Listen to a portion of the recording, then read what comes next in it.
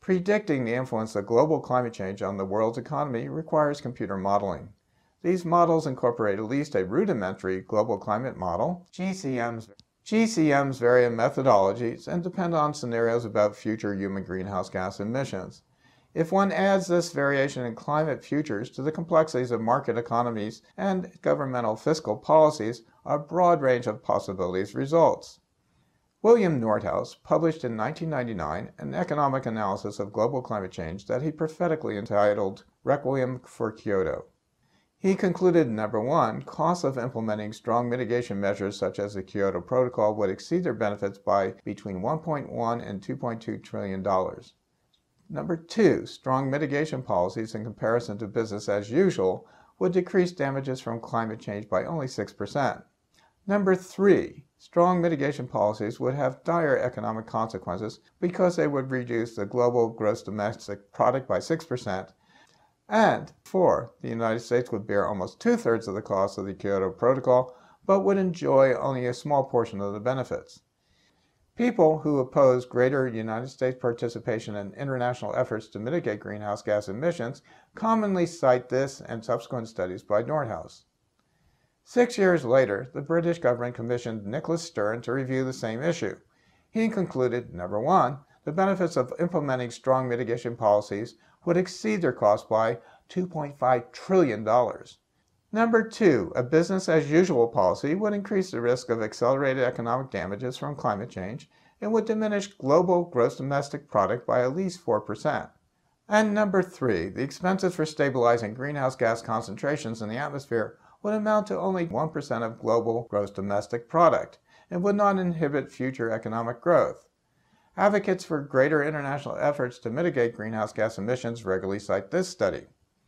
It is somewhat disconcerting that two eminent economists who use similar tools and who live on the same planet should reach such divergent conclusions.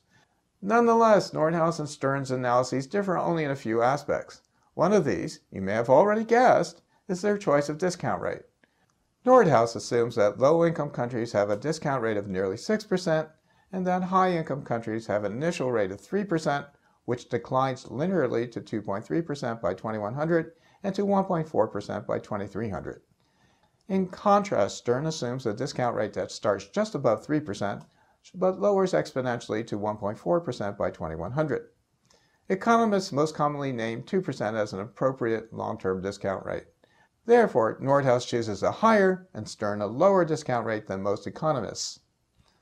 The sensitivity of the world's gross domestic product to average global temperatures is similar in the Nordhaus and Stern analysis.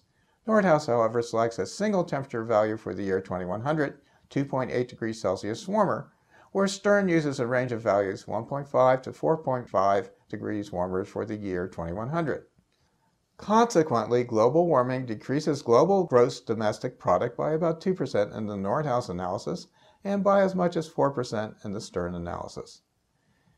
What are reasonable economic policies to address global climate change, given the diversity of expert opinions?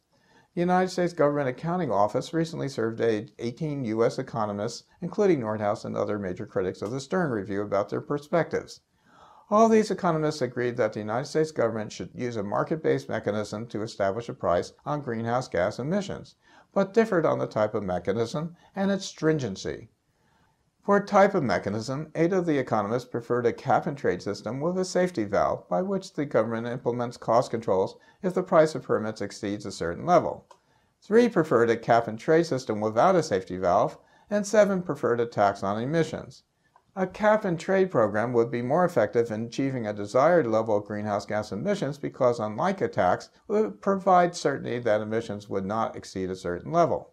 Taxes, however, would be economically more efficient than a cap-and-trade program because the price of emissions would be certain and would not be susceptible to market fluctuations that could lead to increased costs.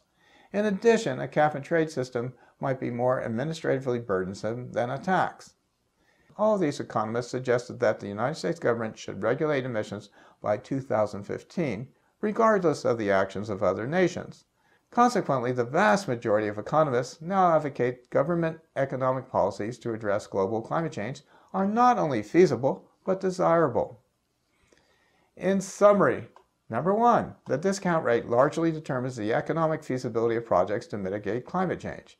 Number 2, intergenerational equity means that institutions should sustain their assets at similar levels for present and future beneficiaries. Number 3, economic models indicate that government economic policies to address climate change are not only feasible, but desirable.